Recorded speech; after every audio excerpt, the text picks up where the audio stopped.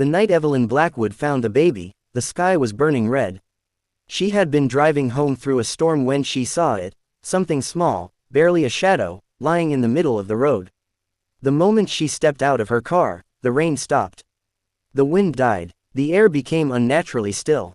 At first, she thought it was a normal baby, pale, fragile, wrapped in a cloth so dark it seemed to drink in the light.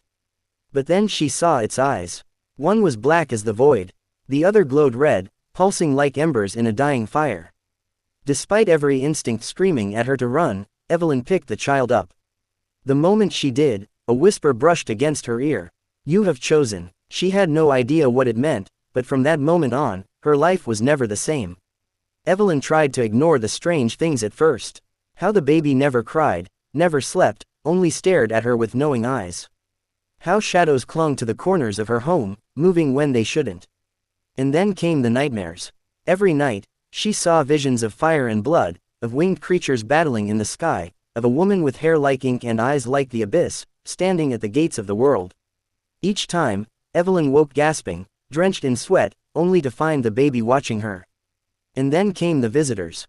The first was a man dressed in gold armor, his presence filling the room with blinding light. His voice echoed as though coming from the heavens themselves.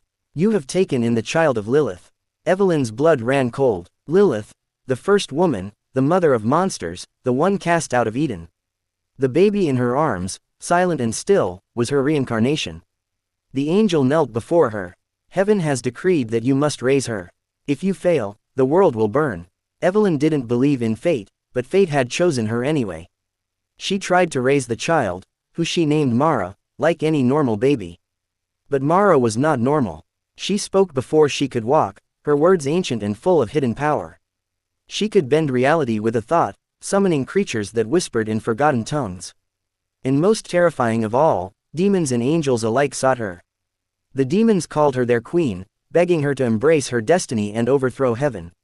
The angels watched from above, warning Evelyn that if Mara turned to darkness, they would have no choice but to strike her down.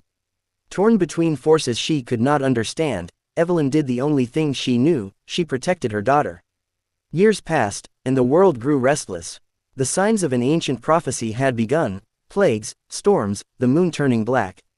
The final battle between heaven and hell was near. But Evelyn knew the truth. The war was never about angels and demons.